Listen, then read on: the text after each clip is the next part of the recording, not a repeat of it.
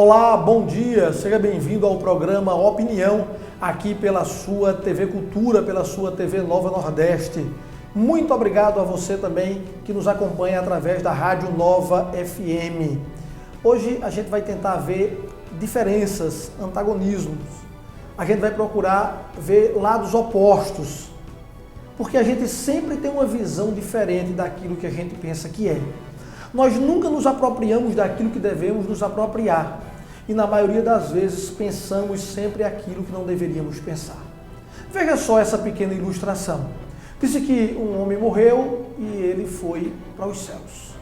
Quando ele chegou nos céus, Deus estava a esperá-lo e ele o acompanhou e percebeu que Deus carregava em sua mão uma mala.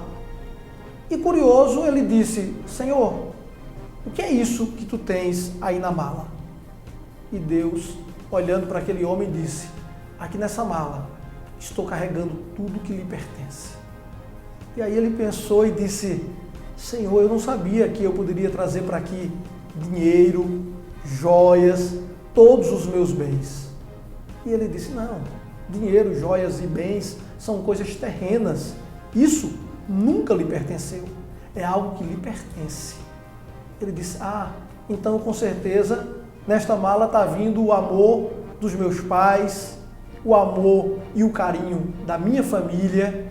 Ele fez: não, nessa mala não tem o amor nem dos seus pais, nem tem o amor dos seus entes queridos como os seus familiares, porque o amor você terá que transmitir a todos de forma igual, seja de forma terrena ou seja aqui no céu. E isso não lhe pertence, é uma doação. Fez: se lá eu não tenho nada disso, então eu entendi. Aí estás a levar a minha alma. Aí sim descobri o que tinha nessa mala. E Deus olhou para ele e fez: não, amigo, filho, você está errado. A sua alma não te pertence, ela pertence a mim. Ele disse: Senhor, e o que me pertence? E ele entregou a mala a ele e disse: olha, tu mesmo. Quando ele abriu, a mala estava vazia, não tinha nada. Isso é o que cabe a nós. Nada levamos, nada temos, a não ser os momentos que nós aproveitamos aqui, enquanto estamos nessa terra. Por isso nós temos que compreender, aprender e apreender do que é bom, descartando o que é ruim. Então, nesse período de política, a gente vai poder falar também um pouco sobre democracia, o regime do povo, e regime militar, o regime dos militares. Para fazer companhia a gente aqui nesse programa de hoje, nós temos César Augusto, ele que é professor de História, né, um historiador. Isso. Primeiro, bom dia, César, seja bem-vindo mais uma vez. Bom dia a todos os telespectadores da TV Nova Nordeste.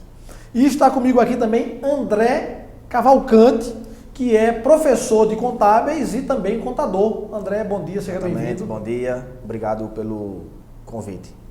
Ok, fique à vontade, faça de conta que a gente está em casa. Okay. E vamos tentar mostrar a vocês que estão em casa algumas opiniões e tirar também algumas dúvidas. Primeiro vamos ver essa matéria que a gente vai ver rapidinho, falando sobre regime militar versus democracia. Em tempos recuados, uma parte ponderável do povo aceitava o slogan "rouba, mas faz". Hoje, um político que compareça perante a opinião pública com este discurso espera-se ser combatido. Um forte clamor por ética ressoa na sociedade brasileira contemporânea. Apesar de inúmeros problemas e dificuldades, o Brasil está avançando. Este avanço é menos fruto do trabalho deste ou daquele governo, e muito mais resultado do esforço de milhões de pessoas, grupos organizados, associações de moradores, sindicatos, movimentos sociais de diversas naturezas e comunidades eclesiais de base. Em tempos de campanhas eleitorais, votar nos candidatos a cargos públicos, exercer a liberdade de expressão ou obedecer às ordens e desejos do soberano da nação. As novas gerações não têm a possibilidade de comparar regime democrático e regime militar. A liberdade parece-lhes natural. Diante de certos episódios que mancham a democracia, podem ter a tentação de indagar: no regime militar não seria melhor? Mesmo aqueles que não são jovens podem ser tentados a colocar em xeque a validade do sistema democrático diante de escândalos administrativos e financeiros que constantemente ocupam o noticiário, seja nacional ou noticiários locais. O grande desafio da democracia é aceitar o impacto da liberdade. Nela, a corrupção é denunciada. Os jornais estampam nas manchetes as falcatruas.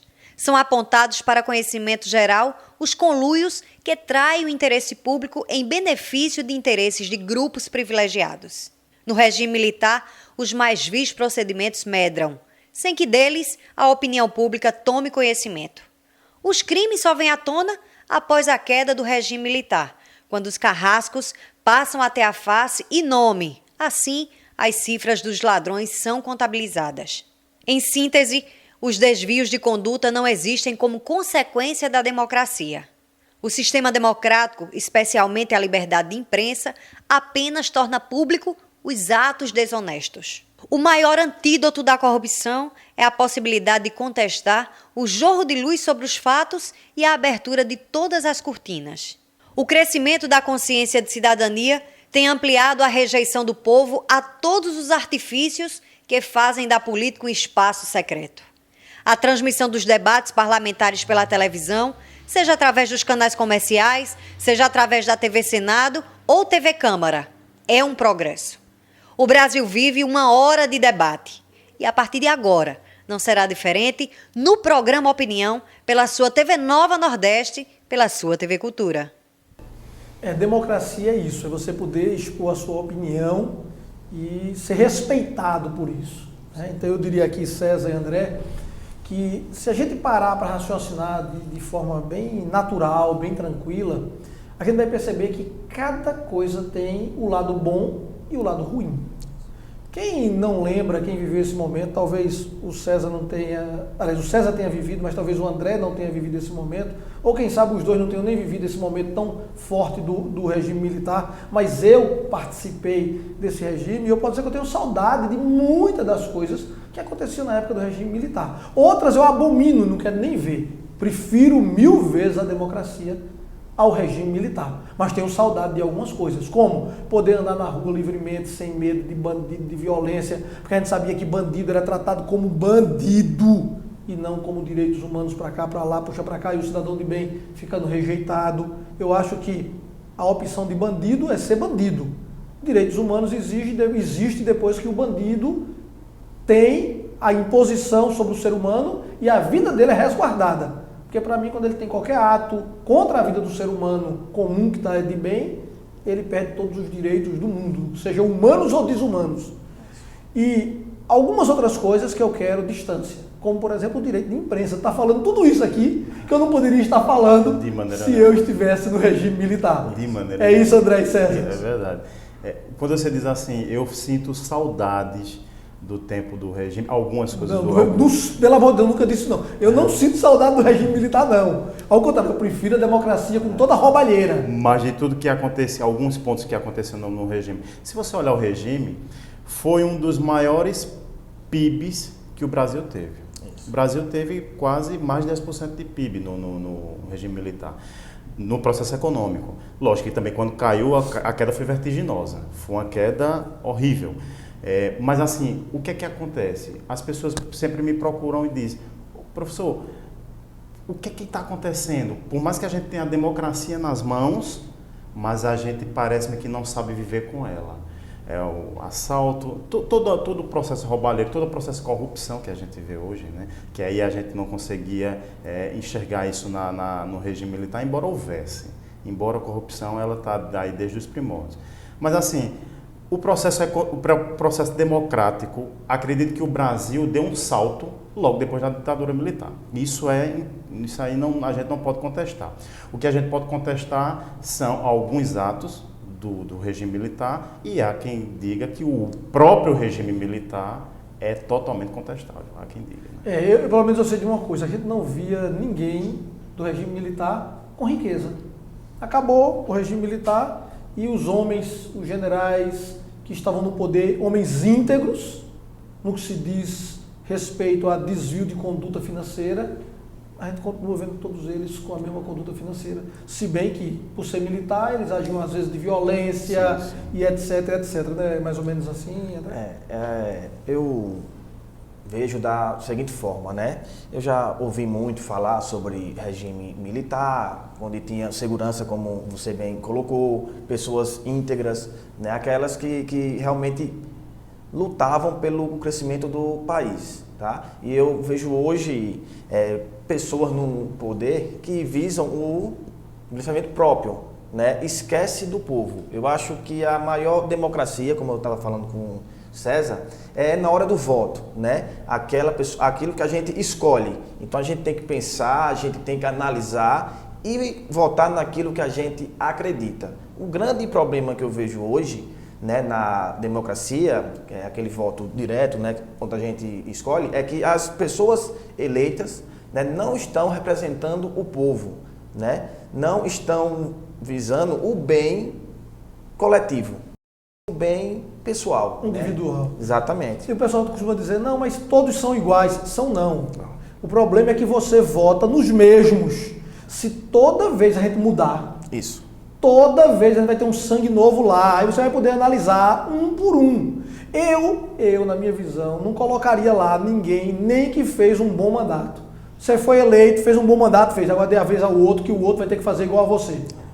Não, mas eu fui muito bom, muito bem, saia. Não pode nem você, nem seu vice, nem ninguém que tenha grau de parentesco direto para você não botar e dar continuidade à família. É o pai que bota o filho, que bota o sobrinho, que bota o tio. Esse é o problema da corrupção, no meu ponto de vista. Mas é verdade, esse processo de oxigenação na política, ela é extremamente crucial, interessante, porque o grande problema para o Brasil, onde eu vejo na questão política, é o processo da reeleição. A reeleição, geralmente a gente entra e aí já entra pensando em mais 4 anos, ou seja, não são mais 4, são 8 anos. Você está querendo dizer, então, que quando a pessoa vai para uma candidatura, ele não vai pensando no povo, porque se ele já está pensando em ficar mais 4 anos, ele não está pensando no povo. Eu escuto muito isso e a gente vê, mais do que escuta, a gente vê isso. Né? Então, não e é uma tem canalice. A palavra seria essa, canalice. É verdade.